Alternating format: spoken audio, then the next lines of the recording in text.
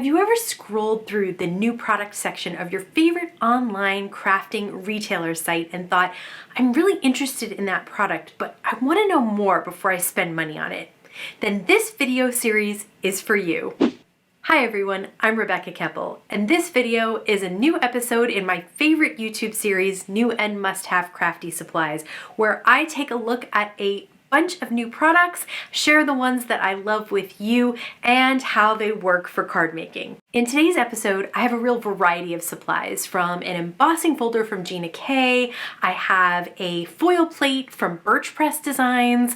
I have a stencil from Pretty Pink Posh, and so much more. So first, let's take a look at each of these new supplies and how they work. First up, let's take a look at the Hero Arts Hero Paste in White Pearl. I used this in a video before, but I want to dive into a little more detail about why I love this paste and different ways to use it. And while we're at it, we're also going to use the Hero Arts new palette knife. This is the new Hero Tools palette knife and Hero Paste in White Pearl. The palette knife is a nice wood-handled palette knife with a really strong metal palette knife on it. And so I really think this is going to be a lasting tool in my card making toolbox. I also like the size of this palette knife. You can really work with it or use it to scoop out of larger bottles or jars of mixed media elements like the paste. You can see that this palette knife will go all the way down to the bottom and scoop out everything that is left in this jar. Okay, so this is the Hero Paste in the White Pearl. Now, the reason that I love white is because it looks so great on white cardstock. And the reason I love this paste is because it also has this shimmer to it. So I'll share a few different ways to use this paste, but it is a nice mousse, kind of smooth texture to it that can go on very thin and fine if you want it, or you can kind of add some extra dimension and texture depending on how you apply it. So see here how I'm just adding clumps of the paste. You can do that as well, or you can use the palette knife to really smooth it out. The great thing about white is that it can be colored. So I'm going to use a little bit of Sparkling Berry. It's a Catherine Pooler refill, ink refill, and just one drop with a scoop of the shimmer paste, and check that out. So basically, any refills that you have, you can use to color this paste. And I definitely know that the water-based refills like Catherine Pooler, Distress Oxides, other things like that work perfectly here. So I cannot be sure that other refills that you have that might have other elements in them that are not water-based might work, might not. That is definitely worth a try if you have this white paste. Again, you can create texture with it, or you can smooth it out. When it dries, it has tons of shine. From the same mixed media release as the paste, I want to share with you the Hero Arts pearls that came out. I grabbed them in white and gold. I think they're really affordable and I love them. They're absolutely beautiful. So let me show you how they work. The Hero Arts pearls come in these handy little bottles. They are 0.6 fluid ounces. They're really a great price point as well, but I think the best thing about them is how well they flow out of the nozzle. So some pearls are a little too thick and have trouble coming out of the tip of the nozzle. These come out very smoothly. You can see I did not have to do any circular motion or anything like that to get a nice rounded pearl. You can also draw lines with them. You could do words, whatever you want. I mainly do dots with mine, and I just wanted to show you that they round out on their own. They dry dimensional. They do dry down a little bit, I will say, but not so much that it's disappointing. They just have a little bit of that rounding that kind of dries a little smaller than what it came out of the bottle. But just check out the color, the shine, and how easy it was to get them to make that shape. If you've seen any of my embossing folder videos, you know that I love them for their affordability and for their versatility, how many ways you can use them. So when I saw Gina K Designs had new embossing folders, I grabbed Swiss Dots. Gina K came out with several different designs of embossing folders. They are all 5x7 embossing folders, which I think is great, not just for 5x7 card makers, but also for A2 card makers. The pattern will completely cover your A2 panel. So all I'm going to do here is use a piece of Gina K Designs cardstock that I've cut down to 4¼ by 5½. I'm going to line it up so that it's straight inside the embossing folder. I also chose the Swiss Dots because I thought that was such a classic pattern. I don't think that's ever going to go out of style, and it's subtle enough that it creates a background with lots of texture but is not distracting at all for the cards that you make.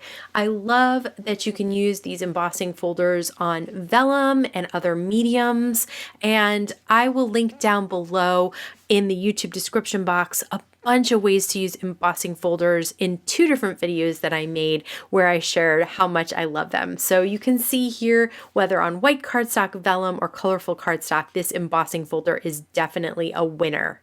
Other than embossing folders, one of my favorite affordable supplies is stencils, and I tend to like them in graphic or very versatile patterns. So this Pretty Pink Posh grid pattern is perfect for making a subtle background. This is the Pretty Pink Posh mini grid stencil. And when I say graphic, what I mean is basic shapes, things like squares, circles, triangles, things like that that are super versatile. You can use them on a bunch of different themes of cards, and they are subtle enough to kind of blend into the background to not overtake your sentiment or your images. I'm going to tape some cardstock to the back of this stencil using some Thermoweb pixie tape. Don't forget, if you're using pixie tape, you do have to apply some real good pressure there. Just rub it onto the back of the cardstock and then down onto your mat, whatever that is. I'm using a glass mat today.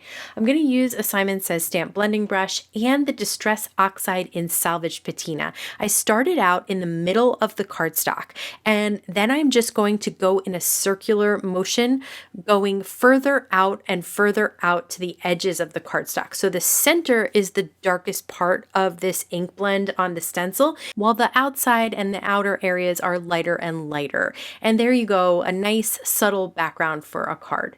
I'm also going to use the palette knife from Hero Arts and the white pearl paste, and I'm not going to completely cover the entire A2 pattern there. I'm just going to cover the middle and then some of the outer areas as well.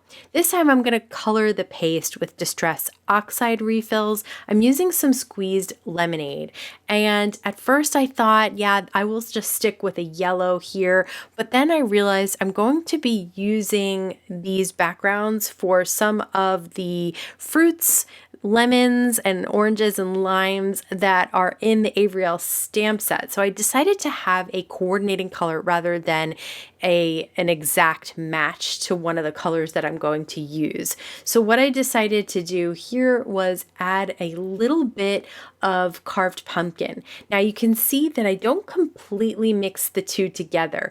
That's going to give you a nice mix between a little bit of white here and there, a little bit of yellow, and then a little bit of orange. So you can play around with how well you blend out your colors to get different gradients or mixes of colors on your white pearl paste. The greatest thing again about this is that it's all going to dry no matter what color it is with that great shine from the pearl essence that is in this paste. I absolutely love it. I love that you can make any color that you have a refill for. It just really opens the door to lots of different backgrounds. I don't always include a stamp or die set in my new and must-have crafty supplies video, but I couldn't pass up on the cute Funny Faces stamps and dies from Avery Elle. This is a super fun stamp set, and then the matching dies from Avery, Elle. It's called Funny Faces. You can see that there are solid images for a lemon, a lime, an orange. You could make it an apple if you wanted to. There are a bunch of funny pun sentiments, and then this little section says smiles. And so everything in there can be a smile, and then there's cheeks over here and eyes over here. I really love that they labeled them because I might have looked at them and thought, what in the world is this? So I thought that was really smart that they labeled them. There's also kind of a slice, some leaves, and then just, like I said, a bunch of very fun, punny sentiments.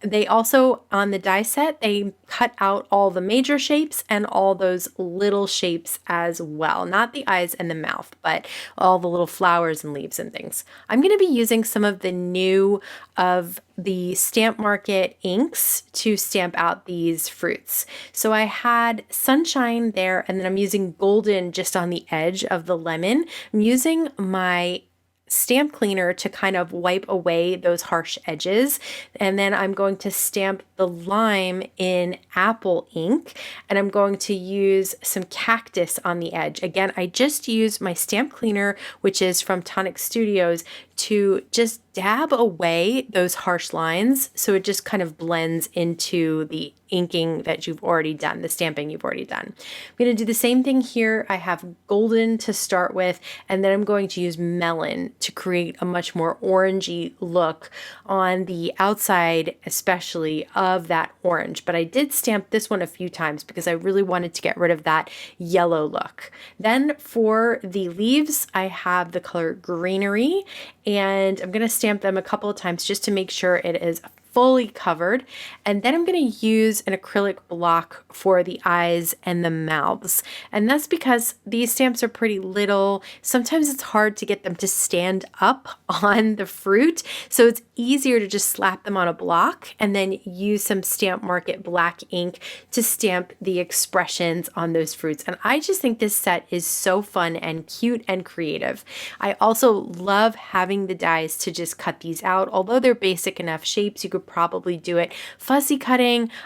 When I can be lazy, I love having the dies. For those of you who've seen previous episodes of my new and must-have crafty supplies videos, you probably already know that I'm a big fan of Lawn Fawn pattern paper. So this month I did grab the 6x6 pad All the Dots. I am a sucker for Lawn Fawn rainbows. I love their colors and I love their just basic patterns. So here you can see it's like a bubbly mix of dots and then diagonal thin stripes, which both of these I will use, and all of the colors I will use for sure. So you get an entire rainbow plus like a teal, and they're just really, really versatile, and they're great for kind of spring and summer, that kind of thing. So just bright, happy, fun patterns and fun colors. So one way that I'm going to use these patterns is to die cut the shapes from the Funny Faces dies right out of the pattern paper. So I chose the kind of bubbly circles for the lemon, and then I have the stripes, the diagonal stripes for the leaves. And I'm just going to hold those dies in place with some pixie tape, cut them out, and then add some of the little faces from the stamp set with some black ink. And then I decided to add cheeks to this one with some Distress Oxide Kitsch Flamingo ink. It does get lost a little bit on that pattern paper, so you could stick with black and you would still be able to see them. I love buying thanks dies because I tend to make thank you cards a lot. So when I saw this new foil plate from Birch Press Designs that says thanks, I grabbed it right away. I really love the sugar script from Birch Press Designs. I have this same thanks in just a regular die, so I thought it'd be really fun to get the foil plate as well. So you can see that it's a nice thick brush lettering in the thanks, and then they also have the die that coordinates, that cuts out that thanks. So you get that shadow die to cut out your foiled thanks sentiment, which I think is really handy. So I am going to use my Glimmer hot foil system. I'm going to wait until the platform warms up, and then I'm going to grab my thanks foil plate and lay it on my platform. Once I do that, I'm going to press the timer, and let that platform heat up. Then I'm going to put my foil with the color side or the shiny side down on the foil plate, then my cardstock, and then I overfoiled last time, so I'm just going to use cardstock and one of the plates because last time I used both plates and I overfoiled. There was foiling everywhere between the letters, and that's not what you want. But check that out. That came out absolutely beautiful with just one plate and then a 110-pound piece of cardstock as a shim. That was all I needed for these colors of foil. It depends on the plate, on the foil rolls that you use, on all the things. So you really just have to trial and error, but I will link to some of my tips up in the right-hand corner here. I'm going to hold the die in place around the foiled sentiment with some of that pixie tape, making sure not to get pixie tape on the foiling so it doesn't peel it off. And you can see I have a bunch of sentiments to work with now. Now that we have some backgrounds, some images, and some sentiments, let's take all of the things we've created and turn them into cards.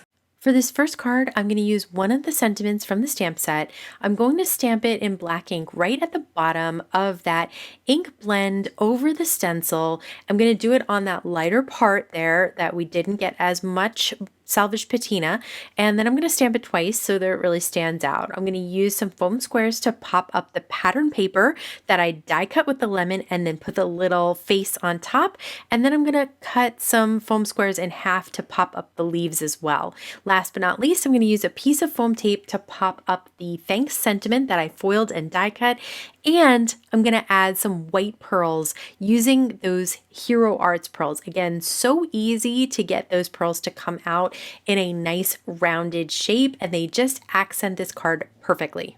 For this card, I'm going to cut down some of the Lawn Fawn pattern paper to 4 by 5 1/4, and then I'm going to cut down the embossed Swiss dots white cardstock to much smaller than that. I'm also going to stamp a sentiment from the stamp set and cut it down into a sentiment strip. I used tape runner to adhere the Swiss dots cardstock down to the pattern paper, and then I'm going to pop up 3 fruits on top of that Swiss dots with some foam tape. And I love all their little expressions. I'm going to add some leaves behind these little fruits, and I'm adhering those down with some Ultra Bond liquid glue. They're flat to the card, as well as the sentiment strip is also flat to the card. Then I'm going to use the white pearls from Hero Arts to add some accents to these fruits. So some on the cheeks of the lime, some on the leaves of the orange, and then some at the top and bottom. You know how the rind sometimes has little bits of white mixed in with the color. So I thought that pearls looked perfect on those fruits. Next, I'm going to use the thanks sentiment that I foiled on some Spellbinders cardstock, and I popped it up on the vellum that I embossed with the Swiss dots. And then I just put some tape runner behind the thanks. So that was enough to adhere that whole piece of vellum down to some Lawn Fawn pattern paper, and then just use some Hero Arts pearls to accent around this very simple card. The next card, I am going to use the thanks that I cut out of a A2 panel, and I'm going to put a bunch of tape runner around it, and then I'm going to adhere down the white pearl over the stencil on white cardstock. So I have a white on white in the background there, and then it's kind of matted on some of that blue cardstock. I'm going to pop up the thanks sentiment that I foiled in that Spellbinders rainbow foil, which is absolutely one of my favorites. And last but not least, a few dots of the Hero Arts white pearls. These are just great little embellishments that the only thing you have to do is let them dry. They are so quick and easy to add to cards. I had a little scrap piece of Lawn Fawn pattern paper, so I'm going to adhere that over the green embossed cardstock, and then I'm just going to put the thanks die and foil on top of that, and then add a few more of those Hero Arts pearls. And I love how you can get different sizes out of the one jar. Okay, here I am going to die cut the orange or round shape from the Lawn Fawn pattern paper. I'm using a waffle flower shader brush to add some carved pumpkin on top. So technically this is a yellow pattern paper, but I thought it'd be fun just to add a little bit of inking to it to make it look like an orange, and the sentiment says orange is sweet. Then I'm going to cut the pattern paper for the background to 4 1/4 by 5 1/2, and then cut the panel to 4 by 5 1/4. I added little cheeks, this time in black with eyes and a mouth on that orange, and popped it up, and then put some of the pattern paper leaves right on the top of that orange with Ultra Bond liquid glue, and popped up the little sentiment strip, and then finally added again some of those Hero Arts white pearls. I think I will be using these on every card for a while now. They are just so fun to play with. I had a lot of fun with all the different supplies this month, but I'd love to hear from you. Is there anything that has made your wish list from this video? Let me know in the comments below. Like I mentioned at the beginning of the video, New and Must Have Crafty Supplies is my favorite YouTube series. If you want to check out some of the former episodes, I'm going to link to the whole playlist over here. As always, I want to thank you so much for spending time with me today. Please stay safe, stay healthy, and I'll see you again soon. I'm Rebecca Keppel. I didn't say my own name right. First up, let's take a look at, why do I go first up? Okay, let's just do that again. That was too much. No. Really?